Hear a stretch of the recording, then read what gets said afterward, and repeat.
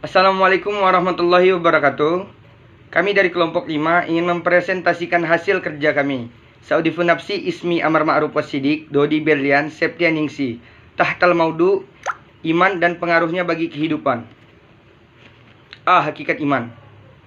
Dari surat Al-Anfal, dalam ayat-ayat pertama, Allah menyebutkan orang-orang yang lembut hatinya dan takut kepada Allah ketika namanya disebut. Keyakinan mereka bertambah dengan mendengarkan ayat-ayat Allah. Mereka tidak mengharapkan pada selainnya. B. Hubungan iman, ilmu, dan amal adalah sebuah trilogi yang tidak dapat dipisahkan, saling terkait. Iman tanpa ilmu itu sesat, sedangkan iman tanpa ilmu juga sesat. Sedangkan amal tanpa ilmu itu taklid. Secara susunannya, kadang kala ia terlalu dipertikai akan kepentingan untuk menyusunnya. A. Iman. Iman pula melahirkan penyaksian mata hati, dalam kurung musyahadah, terhadap ketuhanan Allah Subhanahu wa Ta'ala pada setiap pandangan segala perkara. Allah Subhanahu wa Ta'ala berfirman, "Wahai orang-orang yang beriman, tetapkanlah iman kamu kepada Allah dan Rasul-Nya." Surat An-Nisa ayat 136. Sabda Rasulullah, Allah tidak menerima iman tanpa ilmu perbuatan, dan tidak pula menerima amal perbuatan tanpa iman. Hadis riwayat At-Tabrani. Assalamualaikum warahmatullahi wabarakatuh. Perkenalkan, nama saya Amar Ma'ruf Wasidik. Saya akan melanjutkan materi dari Dodi sebelumnya.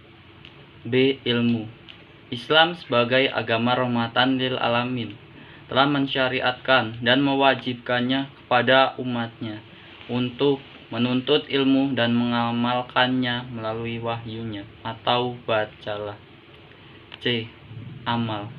Amal merupakan satu gabungan dari ilmu dan iman, karena kebenaran iman dapat dilihat amal soleh seseorang. Karakteristik dan sifat orang yang beriman. Perbedaan dari orang yang beriman dapat kita katakan bedakan. Mulai dari fisiknya yang menonjol adalah tingkah lakunya di dalam masyarakat. Ciri-ciri ataupun bagian iman itu sendiri. Yang pertama, orang yang beriman mereka adalah orang-orang yang jika dibacakan ayat-ayat Allah menerima dengan lapangan dada serta mengikutinya. Yang kedua, mereka orang-orang yang selalu taat jika diperintahkan Allah.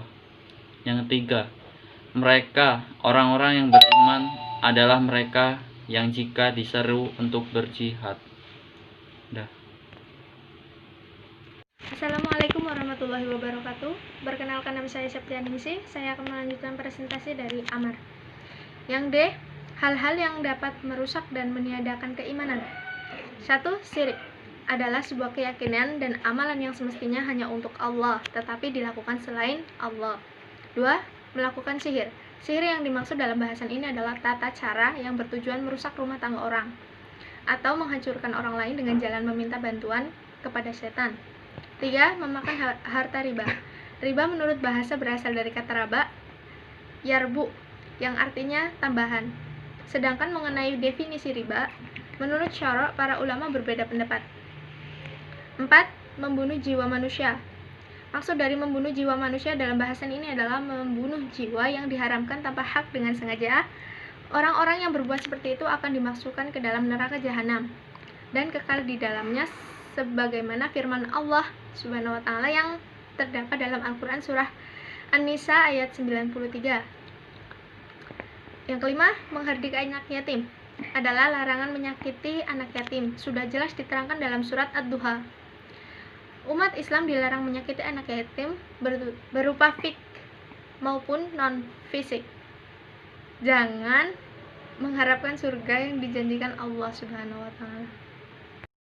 Demikian hasil presentasi dari kami. Jika ada salah kata, kami mohon maaf. Kami akhiri. Assalamualaikum warahmatullahi wabarakatuh.